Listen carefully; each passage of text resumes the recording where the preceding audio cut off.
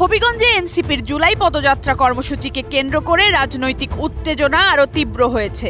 ১৪৪ ধারা জারির মধ্যেই মৌলভীবাজার থেকে হবিগঞ্জের উদ্দেশ্যে রওনা হওয়া জাতীয় নাগরিক পার্টির কেন্দ্রীয় নেতাকর্মীদের গাড়িবহরে একাধিকবার বাধা প্রদান করে পুলিশ।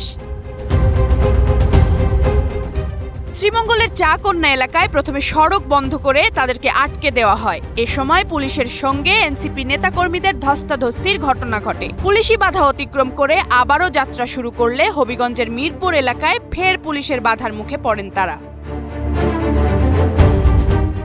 দীর্ঘক্ষণ পুলিশের সঙ্গে আলোচনা করেও পথ না খুললে এনসিপির আহ্বায়ক নাহিদ ইসলাম, সার্জিস আলম, হাসনাত আব্দুল্লাহ সহ শীর্ষ নেতারা সড়কে বসে প্রতিবাদ জানান। এ সময় নাহিদ ইসলাম পুলিশকে বলেন, আমরা হবিগঞ্জে যাব, সেখানে গিয়ে আমরা মামলা করব, আমাদের কেন আটকে রাখা হচ্ছে।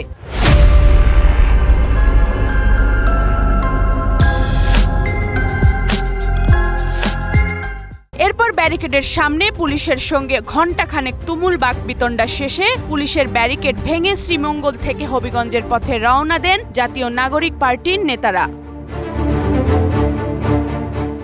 এর আগে মঙ্গলবার হবিগঞ্জের জুলাই পদযাত্রা কর্মসূচি শেষ করে ফেরার পথে এনসিপির নেতাকর্মীদের উপর বিএনপি, ছাত্রদল ও যুবদলের নেতাকর্মীদের হামলার অভিযোগকে কেন্দ্র করে জেলা জুড়ে উত্তেজনা ছড়িয়ে পড়ে।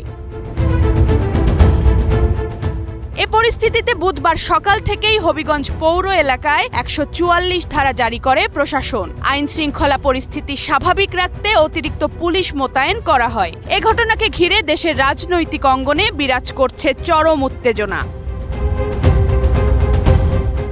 বর্ষা বিশ্বাস, এনপিবি।